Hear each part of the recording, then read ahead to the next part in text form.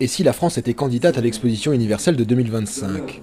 Paris a déjà connu ça la dernière fois, c'était en 1900, et ses traces restent encore visibles. Le Grand Palais, le Trocadéro, les bateaux-mouches, la Tour Eiffel et d'autres monuments sont issus des expos universelles. À un moment où on est résigné, défaitiste, pessimiste, on a là un concentré d'optimisme, d'envie, d'espérance, d'idées, de créativité, et c'est ça dont la France a besoin. Aujourd'hui, les étudiants de 6 écoles d'ingénieurs, de commerce ou de sciences politiques présentent le concept qui viendra appuyer la candidature parisienne. Le projet de Sciences Po s'appelle « Temps de vie, une nature ». Organisé autour de 7 villages thématiques, il fait la part belle aux atouts français, entre autres la mode, la culture, la gastronomie. Objectif, innover et transformer la capitale.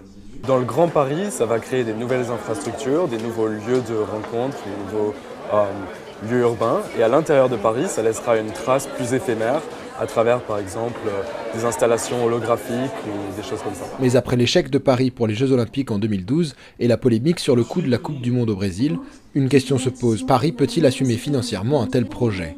Pour les chefs d'entreprise présents, pas de doute. On en profite pour changer l'image de la France, et si on doit dépenser de l'argent pour changer l'image de la France, c'est ce que j'appelle de l'investissement et pas une dépense. Paris, gagnant pour tous. Alors Paris a-t-elle ses chances et peut-elle rivaliser avec le dynamisme de ses concurrents? Même s'ils sont tenus au secret, les organisateurs de la compétition se veulent encourageants. L'évolution des pays émergents ne signifie pas que les pays comme la France ou d'autres pays de l'Union européenne n'ont plus leur place. Au contraire, ils ont toujours leur place dans le monde, et le monde entier a besoin de leur apport, de leur appui, de leurs innovations et de leurs initiatives. En tout cas, le monde politique suit l'affaire de près. Une mission d'information parlementaire doit étudier le dossier. Alors la France tiendra-t-elle son rang? La réponse ne sera connue qu'en 2016.